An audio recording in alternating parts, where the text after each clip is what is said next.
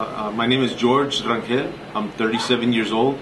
I've been married already for 12 years now. I have 4 children, 3 girls and a son. I came from a broken home. My family did the best they could.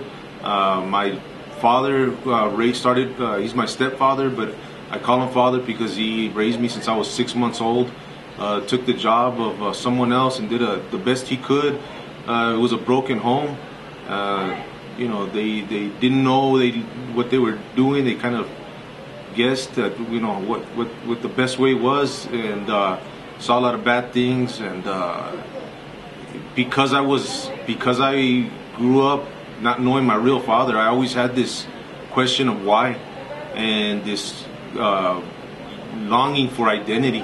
Why didn't he want me? What was wrong with me? Why would he just not, he didn't even know me. And why would he just reject me, not even knowing me? And these questions came up, and I never really expressed them and told anyone, but in my heart I always had them.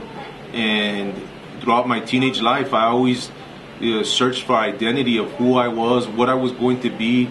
I was going to show him up, my real father, that he missed out. And along the way I made a lot of bad decisions because it turned into anger and bitterness, and was heavily involved in a gang. At the age of 17, I was already going for attempted murder charges.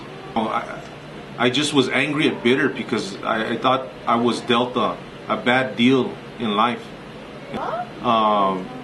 Till I was about 21 years old, a friend of mine who was in a gang told me about Jesus Christ, and told me and said, you know what, George, what you've been living, what I've been living, what we know as life has all been a lie. We've been doing something that we were never intended to do.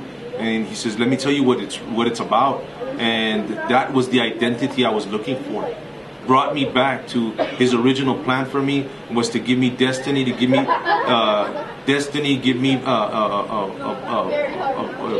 something, a direction in life. Because without him, first and foremost, I'd be going to hell. And he came and died for my sins, showed me what sin was, that it was nothing but misery and foolishness, which was already what I was living. And had on my weight on my shoulders was misery and foolishness. And God just showed himself, and I challenged God in a sense and said, God, if you're really the God in the Bible that says that you love me and that you want to be there for me and that you saved me, well then show yourself, because I don't know anything else. I remember God came and met me at the altar. I prayed to accept Jesus Christ, and it changed my life. I've been living for God already. I have a beautiful family.